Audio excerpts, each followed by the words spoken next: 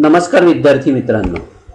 आज आपण न्यायमूर्ती रानडेंच्या राजकीय विचारांच्या संदर्भामध्ये चर्चा करणार आहोत आणि प्रामुख्याने त्यांच्या सामाजिक सुधारणाविषयक विचारांची चर्चा करणार आहोत.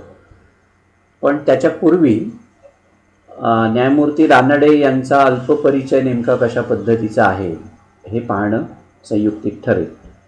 कारण आपण नेहमी असं म्हणतो की प्रत्येक विचारवंत हा त्या त्या काळाचा अपत्य असतो आणि त्यामुळे त्या काळातील सामाजिक आर्थिक परिस्थितीचा त्या विचारवंताच्या राजकीय विचारांवरती प्रभाव पडलेला असतो. न्यायमूर्ती रानडेसुद्धा त्याला अपवाद नाहीत असंच म्हणावं लागेल. न्यायमूर्ती रानडे हे एक थोर विचारवंत होते, समाजसुधारक होते, श्रेष्ठ इतिहासकार होते, अर्थशास्त्रज्ञ होते, व्यासंगी विद्वान, द्रष्टे पुरुष म्हणून महाराष्ट्रामध्ये प्रसिद्ध आहे. आधुनिक महाराष्ट्राचे जनक किंवा महाराष्ट्राचे सॉक्रेटिस म्हणून न्यायमूर्ती रानडेंचा उल्लेख हा बऱ्याच वेळा केला जातो. न्यायमूर्ती रानडे यांचा जन्म नाशिक जिल्ह्यातील निफाड या गावी 18 जानेवारी 1842 मध्ये झाला. त्यांचं प्रारंभीचं शिक्षण जे होतं ते कोल्हापूरमध्ये झालं. उच्च शिक्षणासाठी ते 1856 मध्ये मुंबईला गेले. मुंबईला जाण्यापूर्वी 1854 साली वयाच्या 12व्या वर्षी त्यांचा सखूबाई नावाच्या मुलीशी विवाह झाला. 1859 साली ते मॅट्रिक पास झाले. 1862 साली त्यांनी इतिहास आणि अर्थशास्त्र हे विषय घेऊन BA परीक्षा उत्तीर्ण केली. पुढे 1864 साली त्यांनी ते MA झाले. मुंबई विद्यापीठाचे ते पहिले पदवीधर फेलो होते. 1866 साली रानडे LLBची परीक्षा पहिल्या वर्गामध्ये उत्तीर्ण झाले आणि त्याच वर्षी त्यांची दुय्यम ओरिएंटल ट्रान्सलेटर म्हणून नेमणूक झाली. सरकारकडे येणाऱ्या प्रत्येक पुस्तक आणि पुस्तिकेवरती अभिप्राय लिहिण्याचं काम त्यांनी 2 वर्ष केले. रानडे हे 1868 ते 1871 या काळात मुंबईच्या एल्फिन्स्टन कॉलेजमध्ये प्राध्यापक म्हणून काम करत होते. या काळात त्यांचे स्मॉल कॉज कोर्टाचे न्यायाधीश, पोलीस मॅजिस्ट्रेट अशा पद्धतीची कामंसुद्धा त्यांनी या कालखंडामध्ये केली. अध्यापनाचं काम करत असतानाच त्यांनी ॲडव्होकेटची परीक्षा दिली. 1871 मध्ये त्यांची न्यायमूर्ती म्हणून नियुक्ती झाली पुण्यात आणि 1871 ते 1893 या 22 वर्षाच्या काळात त्यांनी पुण्याच्या सार्वजनिक आणि राजकीय जीवनामध्ये चैतन्य निर्माण करण्याचं काम केलं. 1870 मध्ये पुण्यात सार्वजनिक सभा ही संस्था स्थापन झाली आणि 1871 पासून न्यायमूर्ती रानडे यांनी सार्वजनिक सभेची सूत्र आपल्या हातामध्ये घेतली आणि सरकारी नोकरीमध्ये राहून त्यांनी आपल्या सामाजिक कामाला सुरुवात केली. 1871 ते 1880 या काळात न्यायमूर्ती रानडे यांनी सार्वजनिक काकांच्या सहकार्यानं हिंदुस्थानातील सनदशीर राजकारणाचा आणि हिंदी औद्योगिक विकासाच्या चळवळीचा पाया घातला असं म्हटलं जातं. कैलासवासी गणेश वासुदेव जोशी उर्फ सार्वजनिक काका यांच्या कर्तृत्वानं न्यायमूर्ती रानडेंच्या विचारांना गती मिळाली. बुद्धिवादी रानड्यांना कर्तृत्वशील सार्वजनिक काकांची साथ मिळाल्यामुळं महाराष्ट्राच्या सार्वजनिक जीवनामध्ये त्यांचं जीवन अतिशय प्रभावी आणि प्रेरणादायी अशा पद्धतीचं ठरलं. 1872 ते 1873 साली न्यायमूर्ती रानडे यांनी स्वदेशी चळवळीला चालना दिली. 2 विद्वत्ता प्रचूर असे भाषणं त्यांनी स्वदेशीवरती केली. स्वदेशी उद्योगधंद्याच्या ऱ्हासाची कारणं आणि त्यांच्या विकासाच्या उपायासंबंधीची ही व्याख्यानं होती. न्यायमूर्ती रानडे यांनी हिंदी अर्थशास्त्राचा पाया घातला असं सुद्धा म्हटलं जातं. तर सार्वजनिक काकांनी आपल्या आचरणाच्या माध्यमातून स्वदेशी चळवळ मूर्त स्वरूपामध्ये आणली. 1873 साली न्यायमूर्ती रानडे यांच्या पहिल्या पत्नीचं निधन झालं. दरम्यान रानड्यांच्या मुंबईच्या अनेक मित्रांनी त्यांना पुनर्विवाह करण्याचा आग्रह केला, पण समाजसुधारक असलेल्या न्यायमूर्ती रानडे यांना केवळ वडिलांच्या समाधानासाठी 11 वर्षाच्या कुमारिकेशी पुन्हा विवाह करणं भाग पडलं आणि त्यावेळी न्यायमूर्ती रानडेंचं वय होतं 31 वर्ष. बालविवाहाला विरोध करणाऱ्या न्यायमूर्ती रानडे यांच्यावरती या दुसऱ्या विवाहामुळे फार मोठ्या जननिंदेला सामोरं जावं लागलं होतं. ही वस्तुस्थिती आहे. 1871 ते 1880 या काळात न्यायमूर्ती रानडे यांनी सामाजिक सभेच्या आपल्या सार्वजनिक सभेच्या व्यासपीठावरून सनदशीर राजकारण, हिंदी अर्थकारण आणि समाजकारण या संदर्भामध्ये आपले विचार जे होते ते प्रकट केले. 1876 साली जो दुष्काळ पडला होता त्यावेळी विविध ठिकाणी जे दंगे झाले होते त्याची मूळ कारणं सरकारी धोरणामध्ये आहेत असा स्पष्ट निर्वाळा न्यायमूर्ती रानडेंनी त्या कालखंडामध्ये दिला होता. पुण्याच्या वास्तव्यात न्यायमूर्ती रानडे यांनी राजकीय, सामाजिक, धार्मिक अशा क्षेत्रामध्ये नवचैतन्य आणि जागृती निर्माण केली. त्याचाच परिणाम म्हणून 1877 मध्ये न्यायमूर्ती रानडे यांची नाशिकला बदली करण्यात आली होती. 1877 साली जानेवारीमध्ये जो राणीचा दरबार भरलेला होता तेव्हा सार्वजनिक सभेचे प्रतिनिधी म्हणून राणीकडे जे निवेदन इंग्लंडला पाठवण्यात आलं होतं त्याचा मसुदा न्यायमूर्ती रानडे यांनीच तयार केलेला होता. 1878 साली सार्वजनिक सभेच्या माध्यमातून त्यांनी एक त्रैमासिक सुरू केलं आणि त्या त्रैमासिकातून त्यांनी आपलं लेखन जे होतं ते केलं. लोकांची स्थिती, समस्या, अपेक्षा सरकारला समजाव्यात आणि सरकारच्या ध्येयधोरणांची माहिती लोकांना व्हावी या उद्देशानं हे त्रैमासिक चालवलं जात होतं. 1879च्या मे मध्ये रानडे सुट्टीच्या काळात नाशिकहून पुण्याला आले. त्यावेळेला विश्रामबाग वाडा आणि बुधवार वाडा असे 2 पेशवेकालीन वाडे आगीत भस्मसात झाले आणि ही आग रानडे नावाच्या माणसानं लावली होती. त्यामुळे न्यायमूर्ती रानडेंकडे ब्रिटिश सरकारची वक्रदृष्टी वळली आणि त्यांची पुन्हा नाशिकहून धुळ्याला बदली करण्यात आली. 1881 मध्ये न्यायमूर्ती रानडे यांची प्रेसिडेंट मॅजिस्ट्रेट म्हणून नियुक्ती करण्यात आली आणि काँग्रेसच्या स्थापनेच्या संदर्भामध्ये सन हॅलन ह्यूम यांनी 1885 मध्ये न्यायमूर्ती रानडेंचा सल्ला घेतला होता. काँग्रेसच्या विषयनियामक समितीच्या सभांना न्यायमूर्ती रानडे नेहमीच हजर राहत होते. काँग्रेसच्या अधिवेशनांनाही ते प्रेक्षक म्हणून बऱ्याच वेळेला हजर राहिले होते किंवा ते नेहमीच हजर राहत होते. न्यायमूर्ती रानडेंनी राष्ट्रीय सामाजिक परिषदेची स्थापना केली. 1887 पासून दरवर्षी काँग्रेसच्या अधिवेशनाच्या बरोबर राष्ट्रीय सामाजिक परिषदेचं अधिवेशन भरवलं जात होतं.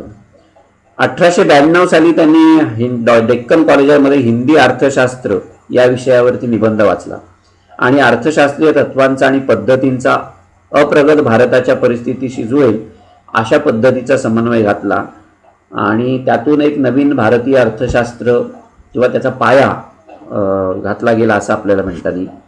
1893 मध्ये रानडे मुंबईच्या वरिष्ठ न्यायालयामध्ये न्यायमूर्ती पदावरती आले. 1896 मध्ये त्यांनी डेक्कन सभा नावाची संस्था काढली.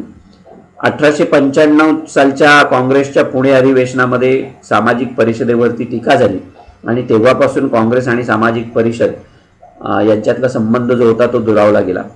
नाशिकला असताना त्यांनी मराठी ग्रंथोत्तेजक मंडळी स्थापन केलेली होती.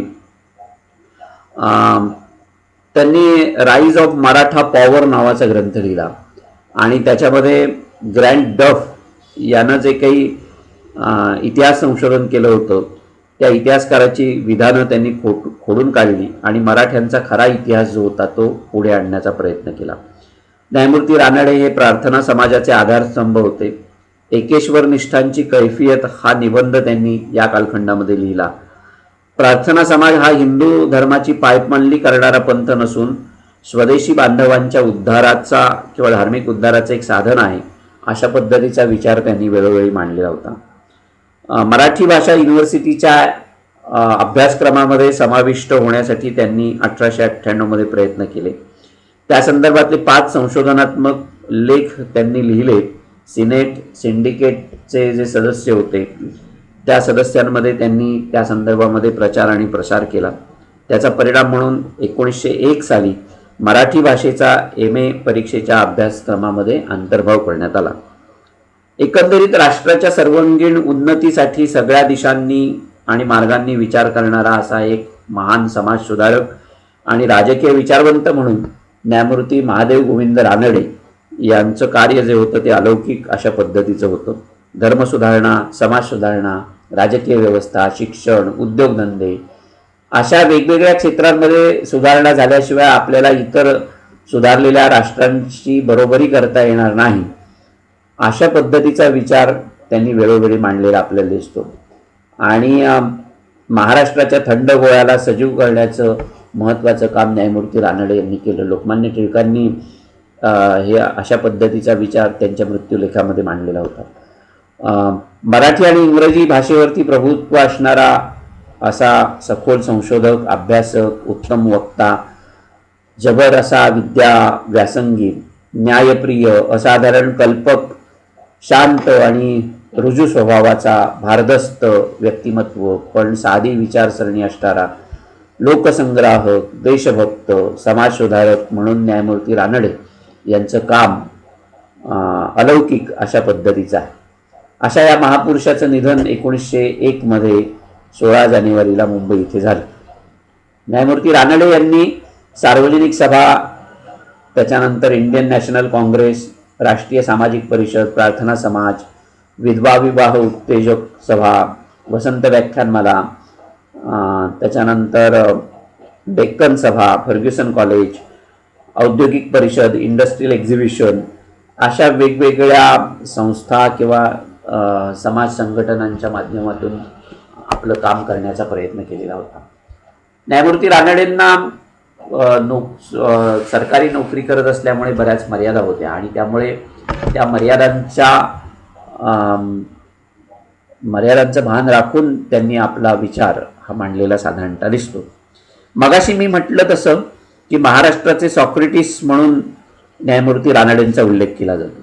राजकीय कार्यकर्ते, धर्मसुधारक, अर्थशास्त्रज्ञ, शिक्षणतज्ञ अशा वेगवेगळ्या विविध अंगांनी न्यायमूर्ती रानडेंनी आपला ठसा महाराष्ट्राच्या राजकारणावरती किंवा राजकीय विचारावरती उमटवला असं आपल्याला म्हणता येईल. न्यायमूर्ती रानडे यांनी सामाजिक विचार मांडला त्यावेळी भारताची सामाजिक परिस्थिती जी होती ती सर्वांगीण अशा अवनतीची होती असं म्हणता येईल. समाज जातीबद्ध होता, आर्थिक विषमता होती, शिक्षणाचं क्षेत्र सगळ्यांना मुक्त नव्हतं, स्त्रियांची स्थिती गुलामाप्रमाणे होती, बालविवाह सर्वत्र रूढ अशा पद्धतीचे होते, जरट विवाहांसारख्या घातक प्रथा ज्या होत्या त्यांना समाजामध्ये मान्यता होती, सती प्रथा रूढ होती आणि अशा सामाजिक अवनतीच्या स्थितीमध्ये लोकांचं लक्ष राजकीय प्रश्नांकडे खेचण्याचा प्रयत्न हा त्यावेळेला जहाल नेत्यांकडून झाला आणि त्यातूनच आधी राजकीय की आधी सामाजिक अशा प्रश्नानं महाराष्ट्राचं राजकीय क्षेत्र जे होतं ते खळबळून निघालं. लोकमान्य टिळक आणि त्यांचे अनुयायी राजकीय स्वातंत्र्याला अग्रक्रम देत होते. सामाजिक सुधारणा हा घरगुती विषय असून देशाला स्वातंत्र्य मिळाल्यानंतर त्याच्याकडे लक्ष देता येईल असं लोकमान्यांचं किंवा जहाल विचारसरणी असणाऱ्या नेत्यांचं म्हणणं होतं. त्यामुळे जहालवाद्यांनी सामाजिक सुधारणांना विरोध केलेला होता. न्यायमूर्ती रानडे यांनी सामाजिक सुधारणेची पाठराखण केलेली होती किंवा सामाजिक सुधारणेचा पुरस्कार न्यायमूर्ती रानडे यांनी केलेला आपल्याला साधारणतः दिसतो. त्यांचं असं मत होतं की सामाजिक परिवर्तन आधी केलं पाहिजे आणि राजकीय प्रश्न आणि सामाजिक प्रश्न हे एकमेकांपासून वेगळे करता येत नाही. सूर्यप्रकाशापासून उष्णता आणि गुलाब सौंदर्यापासून सुगंध वेगळा करण्या इतकाच तो हास्यास्पद प्रकार आहे अशा पद्धतीचं मत न्यायमूर्ती रानडेंनी मांडलेलं आपल्याला दिसतं. सामाजिक परिवर्तनाशिवाय राजकीय स्वातंत्र्य टिकू शकणार नाही, सामाजिक सुधारणांशिवाय लोकशाही यशस्वी होणार नाही आणि शिवाय भारतात सामाजिक गुलामगिरी आहे. मागास घटकांना स्वातंत्र्य किंवा समतेचा हक्क नाकारलेला आहे. भारतातील स्त्रिया स्वतंत्र नाहीत आणि त्यामुळे आपण आपल्या लोकांना हक्क देण्याला जर तयार नाही तर ब्रिटिशांनी आपल्याला हक्क द्यावेत असं म्हणणं अयोग्य आहे असं न्यायमूर्ती रानडे यांचं म्हणणं होतं. आपल्या जातीबांधवांना जोपर्यंत आपण समान हक्क द्यायला तयार होत नाही तोपर्यंत इंग्रज लोकांनी आपल्याला बरोबरीच्या नात्यानं वागवावं. इंग्लंडच्या प्रजेला असणारे राजकीय हक्क त्यांनी हिंदी प्रजाजनांना द्यावेत अशी मागणी करण्याचा आपल्याला मुळीच अधिकार नाही असं रानडेंनी ठामपणे प्रतिपादन केलेलं होतं. न्यायमूर्ती रानडेंनी त्यासाठी इतिहासाचा दाखला दिला होता.